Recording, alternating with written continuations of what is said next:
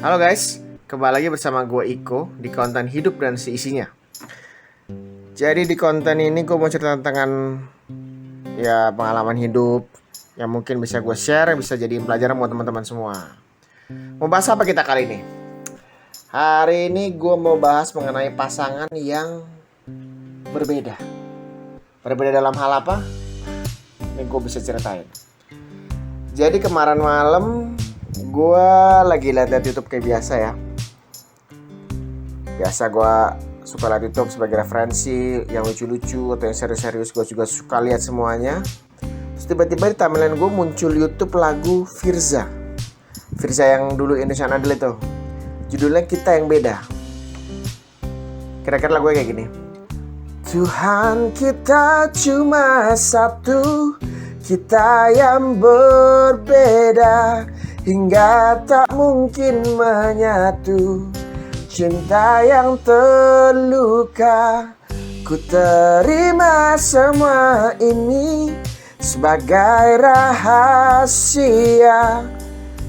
Biar ku simpan selamanya kau di hatiku.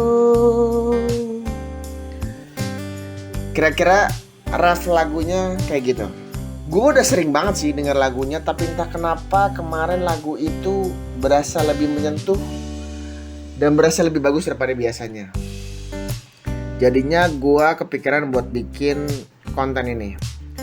Dari lagu ini sih kita bisa nyimpulin bahwa sebenarnya yang dibilang beda di judul lagu ini menurut gue bukan cuman beda agama ya, tapi juga bisa beda mungkin strata sosial, pasangan yang mungkin harus berpisah karena perbedaan strata sosial, atau beda suku juga bisa. Itu banyak terjadi di kalangan masyarakat kita ya. Ya kita coba flashback di gimana waktu dulu masih muda. Waktu gue masih muda juga ya pasti pacaran, pasti pernah jatuh cinta dengan beberapa wanita ya. Ya gue juga punya pengalaman gimana dulu gue harus putus karena perbedaan suku juga pernah. Yang satu suku apa, gue suku apa. Ya akhirnya orang tua kita berdua tidak menyetujui juga ada. Ada juga yang mungkin perbedaan tingkat sosial juga gue pernah mengalami, dimana gue tuh diusir karena gue dianggap bukan bagian dari strata sosial mereka gitu. Itu emang bikin sakit hati banget sih. Itu bener-bener kesel, padahal secara hubungan people to people, gue dengan pasangan gue tuh baik-baik aja, fine-fine aja gitu. Gak ada masalah sih, gak ada masalah. Dan semua berjalan baik, cuman emang daripada kita harus melawan orang tua kan, waktu itu ya kita pikir sudahlah, kita sudahi, kita cari kebahagiaan kita masing-masing. Apakah kalian pernah ada yang mengalami? Kalau ada yang pernah bisa tulis di komen di bawah atau cerita juga boleh. Ya di sini gue cuman mau cerita, siapa tahu ada yang punya cerita sama kayak gue. Tapi gue belum pernah pacaran beda agama, karena beda agama itu masalah prinsip ya, itu nggak bisa diganggu-gugat. Itu ya itu udah hal yang susah lah gitu. Tapi puji Tuhan gue belum pernah pacaran beda agama. Ya paling pun beda agama hanya Kristen ke Katolik gitu, karena kebetulan gue Katolik. Oke, sekarang gue mau cerita dari sudut pandang gue. Dari sudut pandang gue itu sebenarnya pacaran beda itu nggak ada yang salah, karena perbedaan itu kan sebenarnya menyatukan ya, untuk melengkapi gitu.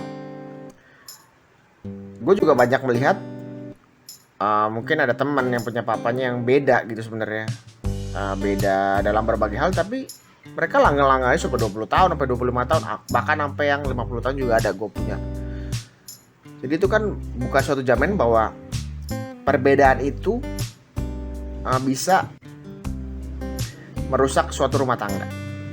Sebenarnya yang paling penting dari pasangan itu adalah chemistry-nya, visi misinya gimana. Ya kayak gue kasih contoh gue dan istri gue.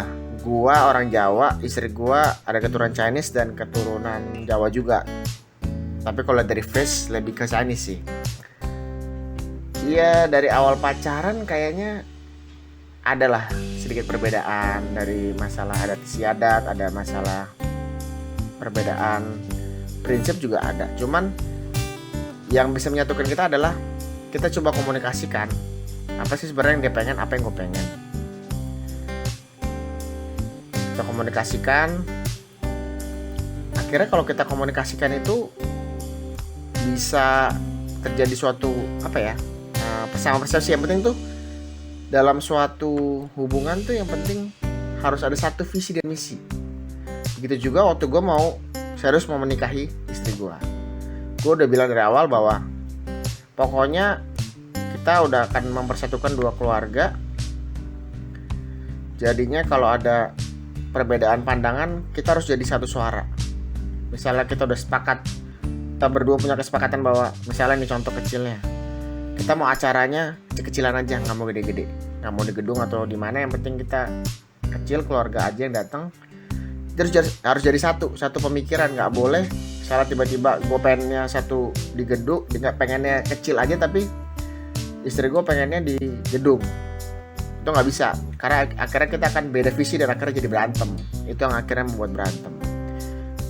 Itu juga pas gue udah mulai menikah, gue membangun rumah tangga, ya gue coba mempersatukan visi misi gue maunya apa dan istri gue maunya apa. Tapi yang gue bener-bener takjub adalah ketika gue membangun rumah tangga dengan istri gue tuh, entah gimana, gue nggak pernah ngomong apa tuh, istri gue bakal tahu gue maunya apa. Begitu juga dengan istri gue, nggak usah ngomong apa-apa, gue udah tahu isi hatinya. Dan kita suka ketawa sendiri, kok bisa tahu gitu, bisa tahu kalau gue ngomong apa-apa gitu.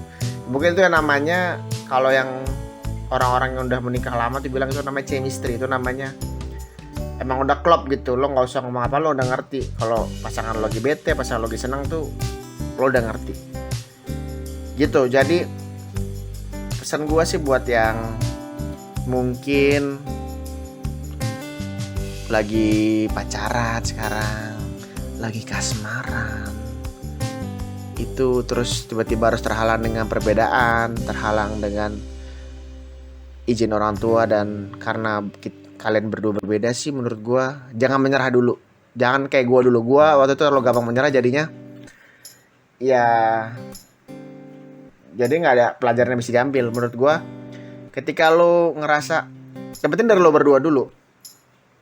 Kalau misalnya lo ngerasa lo berdua itu cocok, lo berdua bisa ngejalanin, tapi emang belum ada restu dari kedua orang tua lo, ya coba yakinkan mereka aja. Karena gue juga punya banyak pengalaman ketika gue ditolak awalnya, tapi gue berusaha keras, berusaha gak nyerah buat yakinin, akhirnya ya disetujuin juga. Karena orang tua itu kan sebenarnya hanya pengen yang terbaik untuk anak-anaknya, gitu kan. Kalau kita jadi orang tua juga pasti kayak gitu. Cuman mungkin kan cara mereka adalah beda-beda, cara-cara orang tua. Jadi mungkin nanti habis ini gue bakal cerita sedikit gimana pengalaman gue dulu meyakinkan orang tua mantan gue dan dulu pasangan gue, sampai akhirnya mereka itu mau menerima gue. Walaupun pada akhirnya gak sampai jenjang pernikahan, tapi kan paling gak itu udah bagus. Karena yang tadinya gak suka akhirnya jadi sayang banget gitu. Pokoknya intinya jangan pernah menyerah. Kalau emang lo sayang sama pasangan lo, ya udah jalanin aja, yakinin aja sampai lo benar-benar ngerasa bahwa emang ini orang yang tepat buat gue. Pada akhirnya nanti pasti akan ada jalannya kok, percaya sama gue, karena gue udah mengalami gitu. Ya intinya sih begitu aja, cukuplah ocehan dari gue hari ini. Semoga bisa berguna buat teman-teman yang lagi berjuang dengan cintanya. Gue akan mendoakan kalian karena gue sudah menemukan cinta gue. Cailah. Oke, see you guys, sampai ketemu lagi di konten gue berikutnya. Tetap sehat, jaga kesehatan, dan tetap patuhi protokol kesehatan. See you guys.